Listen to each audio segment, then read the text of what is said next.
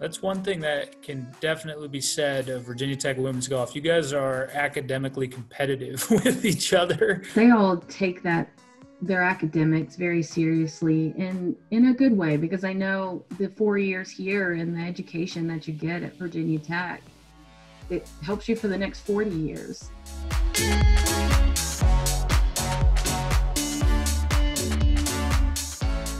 How's the Robertson homeschooling going, Coach? Day by day. Some days are better than others. We may have to spill into the weekends every once in a while to catch back up, but we're making progress. Nowhere near what a teacher could do, obviously. We try. So that's the best I can say. We try. Are you handling most of that, or is your husband, or are you guys just teaming up on it? My husband from day one said he'll handle lunch and PE. So, but he was just joking. No, we tag team it pretty well.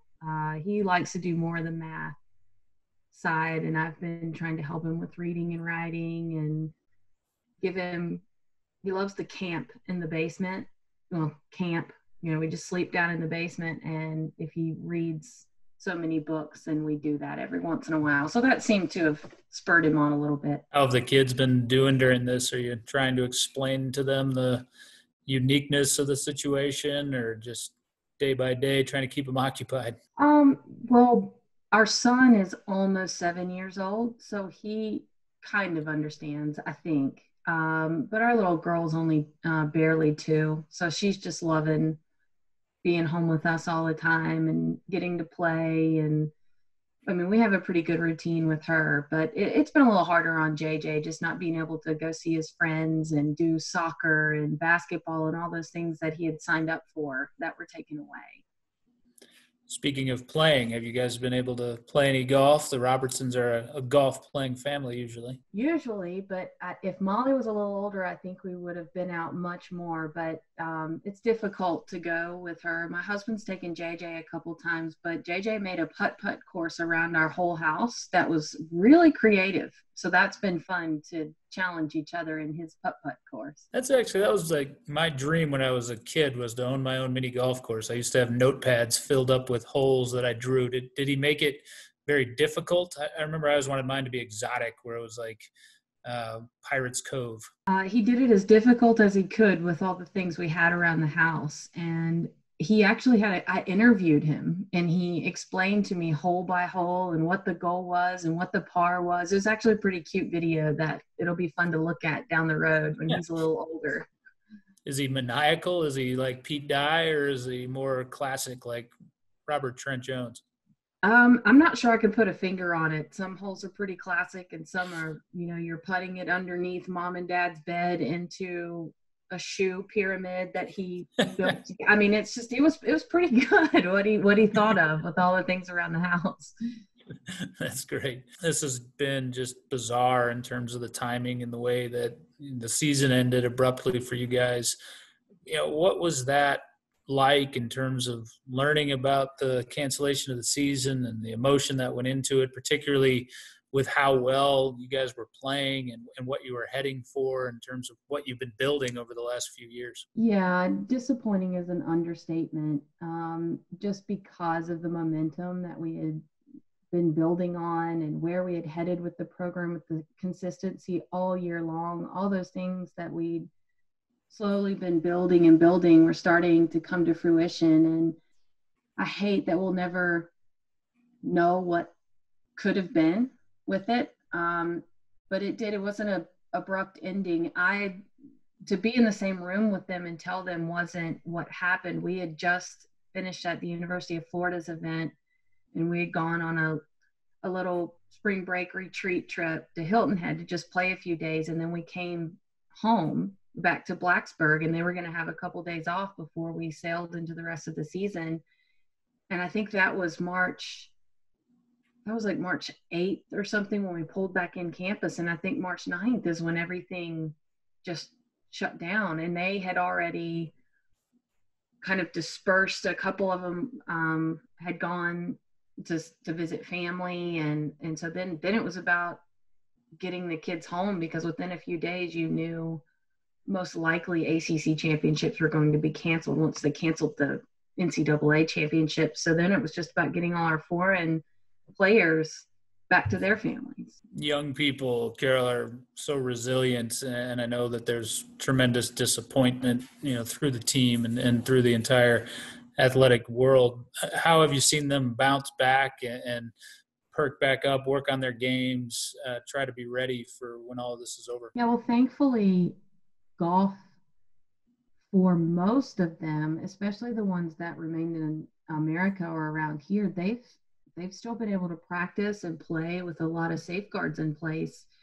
But that's been a really good release for them to be able to go and do that in the midst of trying to completely move all academics online. And they're all very good students and work very hard at that. So I know it gave them a chance to really go full time with the academics and finish off this year strong. But all of the ones, I mean, I think Germany and Spain, a couple of those haven't been able. Kira in Thailand, she couldn't play golf for a little while, but they've been able to still do some things to practice and do some workouts. And I know the Spicer twins turned their basement into a gym. And so they've been really creative with trying to keep their passions alive through all of this before we can reunite and start back up. That's one thing that can definitely be said of Virginia Tech women's golf. You guys are academically competitive with each other. You mentioned the Spicer twins. You've had a couple of Skelton Award winners already in the brief history of Virginia Tech women's golf.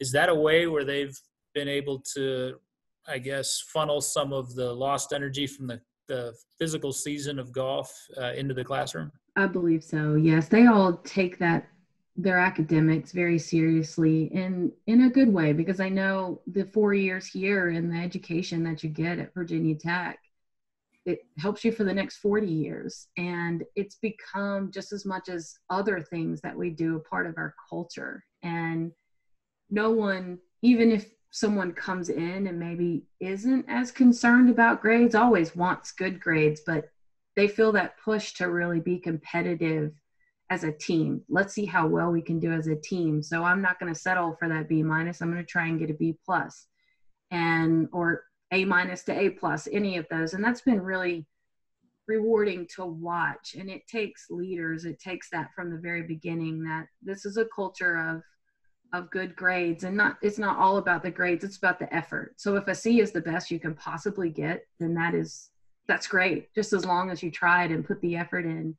then we're going to be proud of you. As you look back, Carol, on the beginnings of the program and the way that you've accelerated it, you guys were a lock to make your third consecutive regional. How have things fallen into place the way that maybe you expected, and what have been some of the things that have surprised you in a positive or in a way in which you wish they had gone differently? I would say I was a little surprised that we accelerated as fast as we did in our third year, almost making a national championship. Very close, came down to the last round at regionals. That was surprising to me, in a sense that we all were just happy to be at a regional, and I let them know that you have exceeded expectations. So we can truly, and this is the only year I'll ever be able to say this, but just literally enjoy the experience. You're not expected to do anything. Your own expectations, we all want to do well, but you don't have to come here and feel any pressure that we're supposed to be doing anything. You've already done what you're supposed to do. And I think having that mindset helped, because we almost made it to a national championship until that third round. But so I would say that surprised me at how well this getting to regionals, and then how well they did at regionals. And I would say what didn't surprise me is that we followed it up. They always showed glimpses of being a top 25 program. We would break down our stats and break down our scores and show them hey, look, 75% of the time you are hanging with the top 25 teams in the country, but it's that one round. It's those 3 holes. It's that we're so close. So it's there. We just have to stick with it and believe. And they truly bought into it and kept, one person would pull another, and the whole team found a role for themselves in some sense. Then that's hard to do when not in golf. Not everybody even gets to travel. It's not like a basketball team or other teams where the whole team still gets to go even if you don't get to play. It's only 5 typically get to go, and that's hard. But it's been a real build. And if you're not there, how can you make sure to be doing something to push the team that is there while you're at home in the classroom, or when they come back, they know, hey, I'm going to try and take your spot. And that's what's really helped us to be a consistent team. How's it gone recruiting from the beginning when you were recruiting on an idea, essentially, of what Virginia Tech women's golf could be, to now recruiting on, albeit not a lengthy track record, but a very successful short-term one? Recruiting is always difficult, but I will say the fact that we have traditions and teammates and a schedule and upperclassmen, all those help. Before it was you have to commit to this team and you don't even know who your teammates are or where you will travel and play and all those things. Now that we do have those foundations and more tournaments, one of the top schedules in the country that we are consistently being invited back to in some sense, all those things are in place that we can talk about. It's not just a dream, it's a reality. And so these recruits know what they're walking into more so than the ones that went out on a limb and trusted that we would get somewhere hopefully quickly. As you add players, you're bringing in a couple, one from across the country, one from locally. How will it shake out for you guys in terms of those that had their careers interrupted due to the pandemic and coming back and potentially forming the roster for next year? Well, fortunately for us, Jessica Spicer was the only one who was exhausting her eligibility at that point. And she was still coming back for a semester to finish her degree because she took on a lot with neuroscience and psychology. So she had a few extra classes to be able to graduate.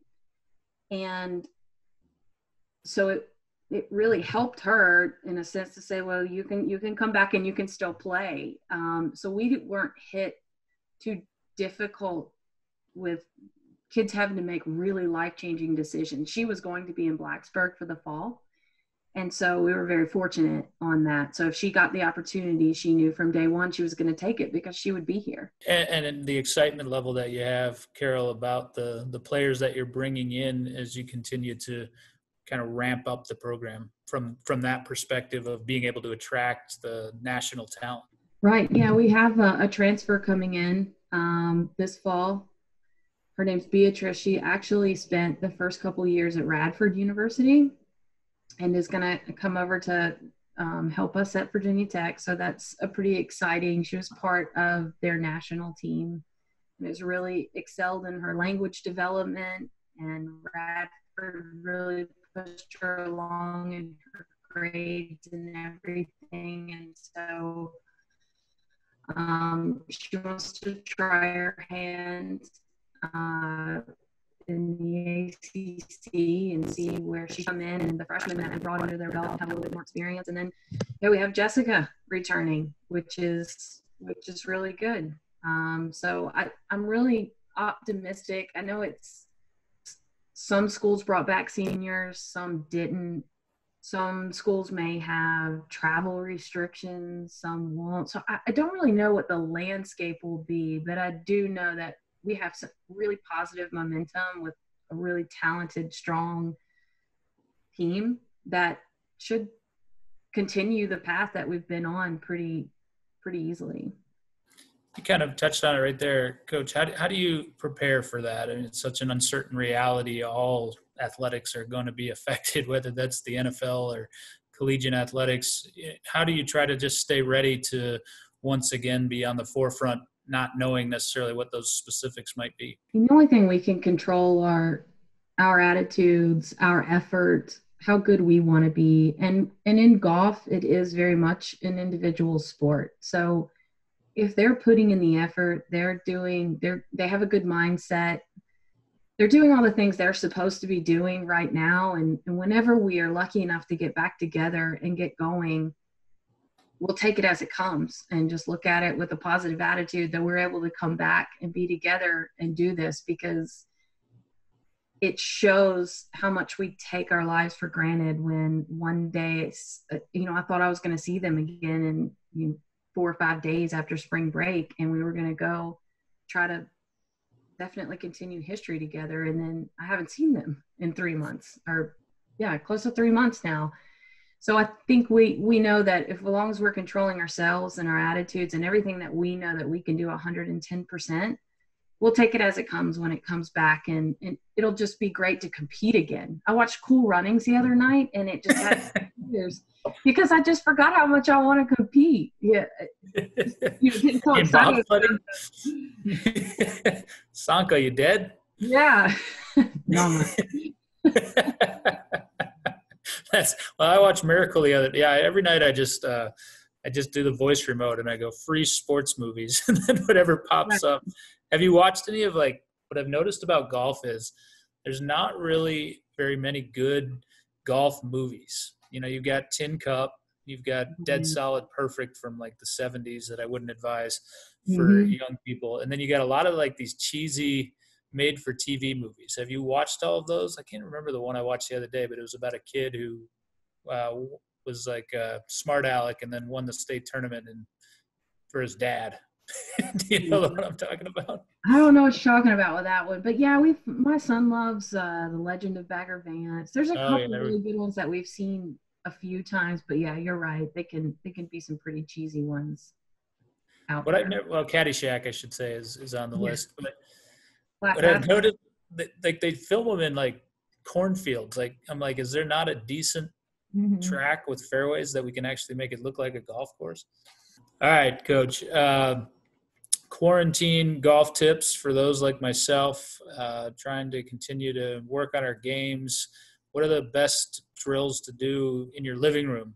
Chipping nets, things like that. Well, if you don't have a son that makes you a crazy good putt course, yeah, I mean, those chipping nets are really good. Just having out in your backyard, we've taken the weed eater and shaved it down to as close as we can, just so that it helps with wedges. And we've put buckets out and had some competitions at home to who can hit if you get it in the bucket, it's so many points. If you hit the side of the bucket, it's so many points, and then bouncing it into the bucket. So you can come up with some pretty creative ways to build some accuracy and chipping and hand-eye coordination and distance control with wedges. We don't have a whole lot of room to really hit it very far, but that's been a fun one for us. All right, I got Coach Sharp's thoughts on this, so I got to get yours as well. Your husband knows this. I've been struggling with the two-way miss now for the last 2 or 3 years. What used to be a pretty consistent draw, snap hook miss, now I've got the big flare. He says I'm probably keeping the club too far inside on take back. Would you agree with that? Yeah, you could. That's definitely one of the several things that could be happening. No, we got to simplify to one, Coach. That's the problem. Yeah. Not exactly a mental titan out there. It's probably just your club. You probably just need a new club. You can buy your way out of that one. That's all right. Yeah, that's actually better than his advice. We'll just pay our way through it. Well, Coach, it's good to just see you for a little bit and hear that the family's doing as well as possible. And I know you miss being here and on campus, and we miss having you. So can't wait to do that again. Hopefully soon.